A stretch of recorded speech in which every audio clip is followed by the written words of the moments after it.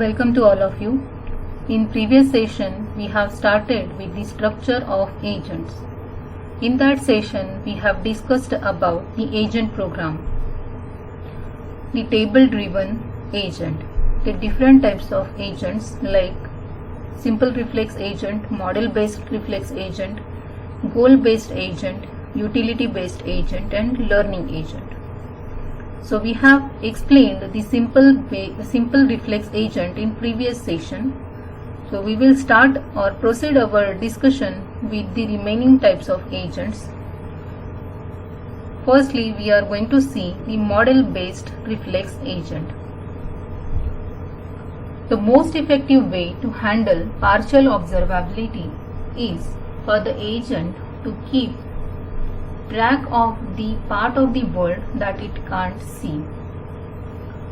That is, the agent should maintain some sort of internal state that depends on the percept history, and this percept history reflects at least some of the unobserved aspects of the current state. For the breaking example or for the breaking problem of the automated driven taxi, the internal state is just the previous frame from the camera, allowing the agent to detect when two red lights at the edge of the vehicle go on or off simultaneously. For other driving tasks such as changing lanes, the agent needs to keep track of whether the other cars are, if it can't see them all at once. So, updating this internal state information as time goes by requires two kinds of knowledge to be encoded in the agent program. First, we need some information about how the world evolves independently of the agent. For example, an overtaking car generally will be closer behind than it was a moment ago. Secondly, we need some information about how the agent's own actions affect the world. For example, when the agent turns the steering wheel clockwise, the car turns to the right. When it turns the steering wheel to the anti-clockwise, the car turns to the left. So this knowledge should be encoded in the agent program. So this knowledge about how the world works, whether implemented in simple Boolean circuit or in complete scientific theories, is called as a model of the world. The agent that uses such a model is called model-based agents. The figure here gives the structure of model-based reflex agent with internal state. Here it shows how the current percept is combined with the old internal state to generate the updated description of the current state based on agent's model of how the world works.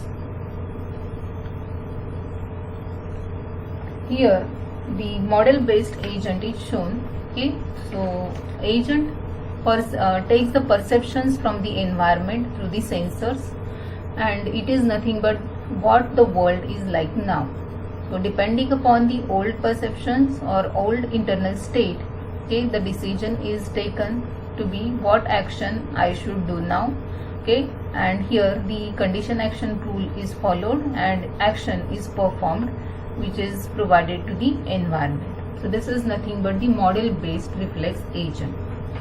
Here the program of model reflex agent is shown here. The most interesting function here is nothing but the update state function.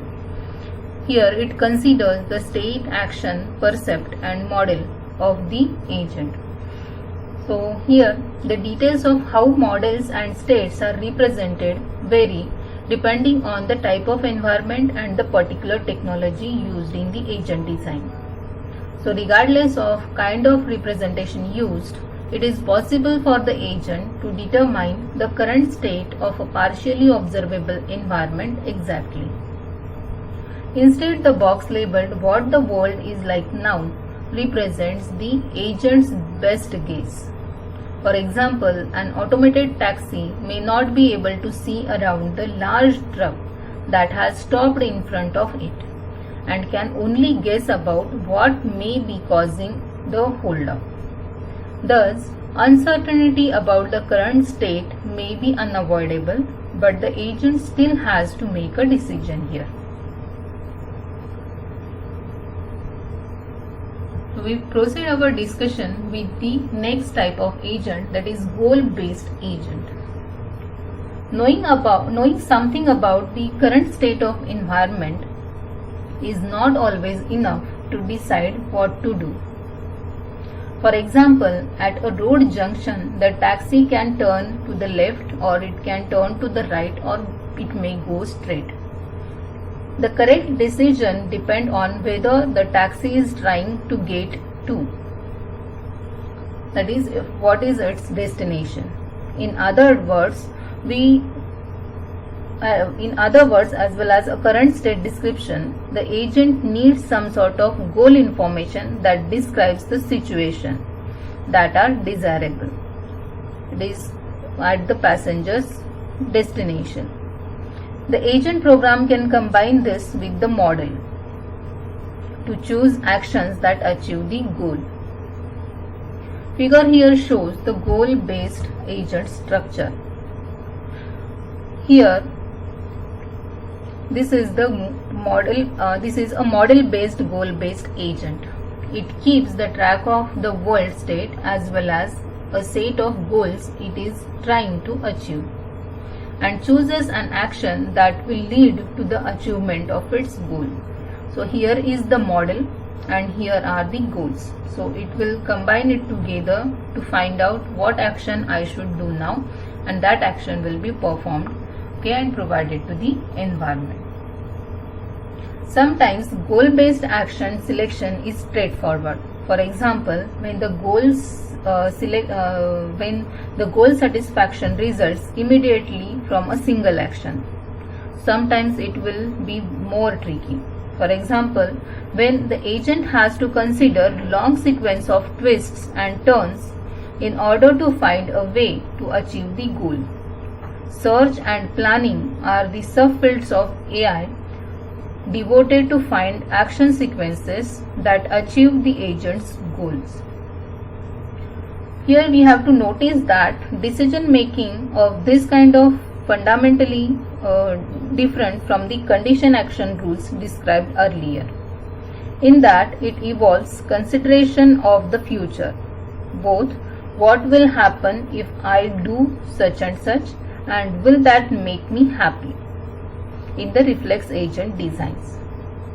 This information not explicitly represented because the built-in rule map directly from perspective to actions. The reflex agent brakes when it seems brake light. A goal-based agent in principle could reason that if the car in front has its brake lights on, it will slow down. Given the way the world usually evolves, the only action that will achieve the goal of not hitting other cars is to brake. So now what is the difference between goal-based agents and the reflex-based agents then?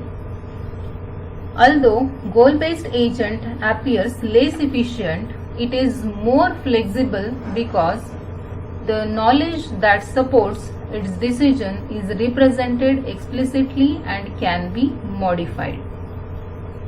If it starts the rain, the agent can update its knowledge of how efficiently its brake will operate. This will automatically cause all the relevant behaviors to be altered to suit the new conditions.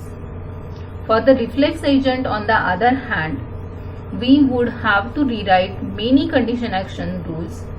The goal-based agent's behavior can easily be changed to go to a different destination simply by changing or by specifying that destination as the goal.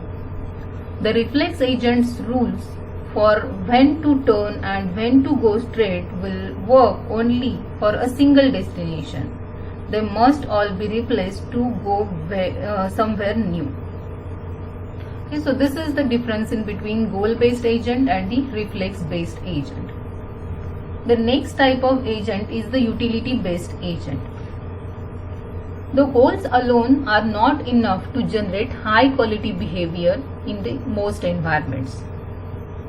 For example, many action sequences will get the taxi to its destination, but some are quicker, safer, more reliable, or cheaper than the others. Goals just provide a crude binary distinction between happy and unhappy states.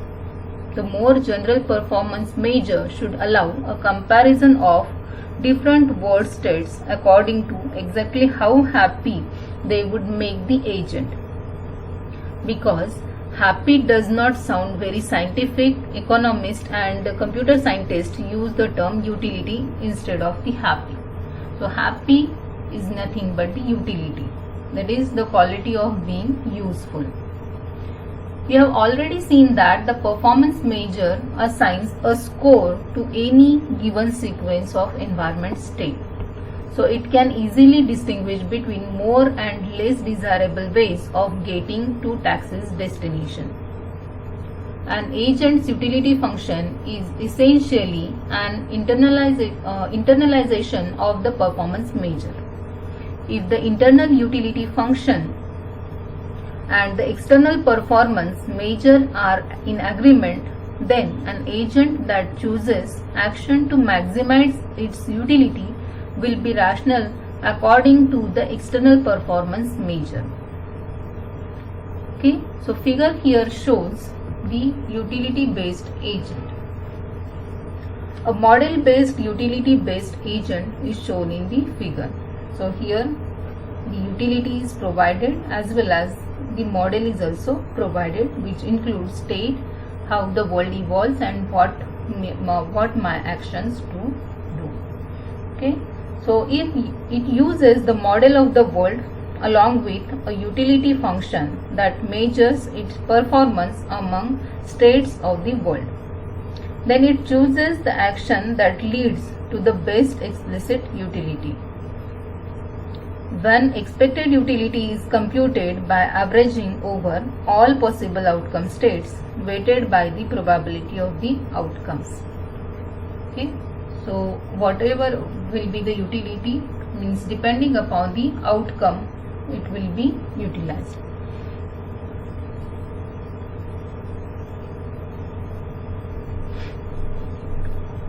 So we have already seen a rational agent program for the vacuum world that has no idea what its utility function is.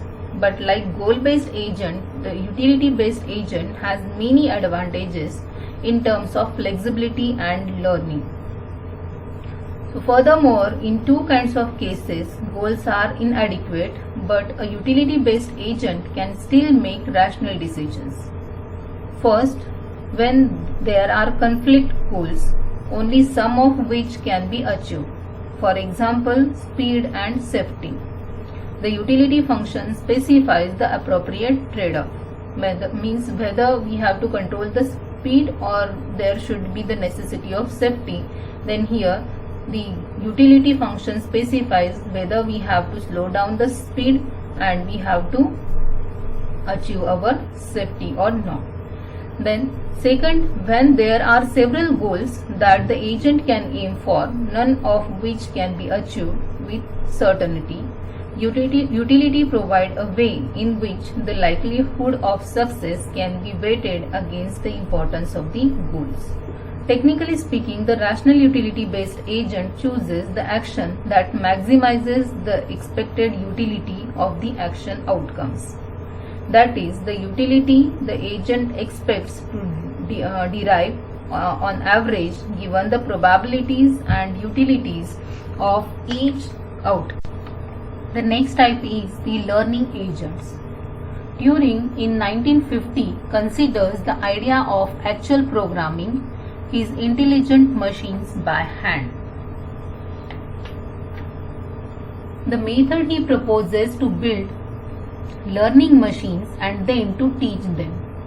In many areas of AI, this is now the preferred method for creating state-of-the-art systems.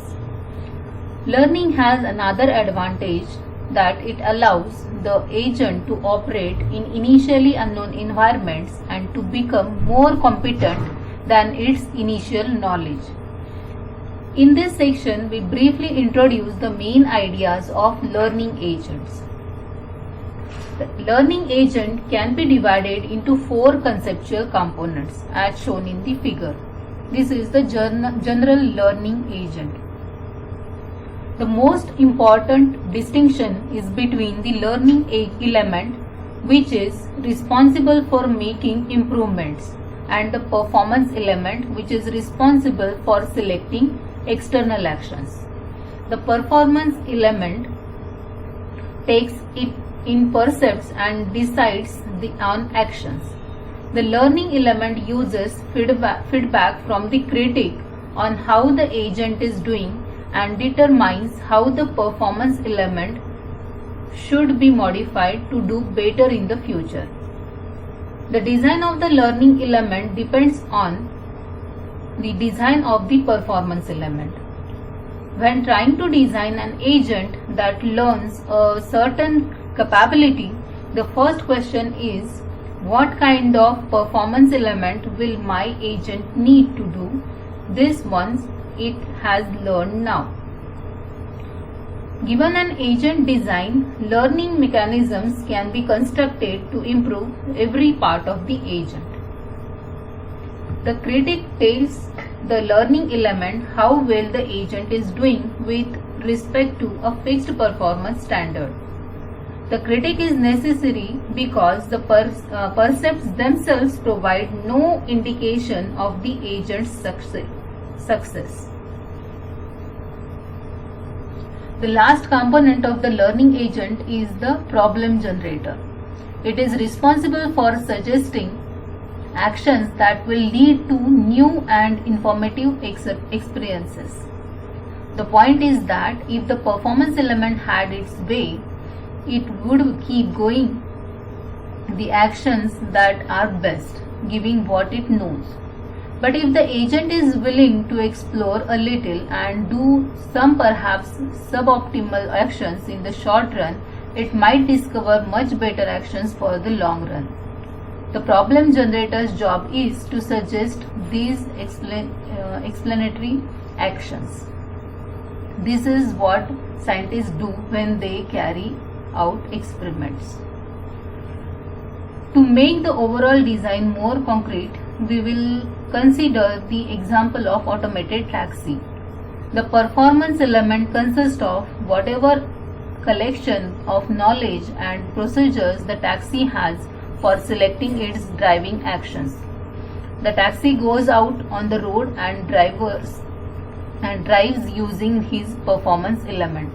The critic observes the world and passes information along the learning element.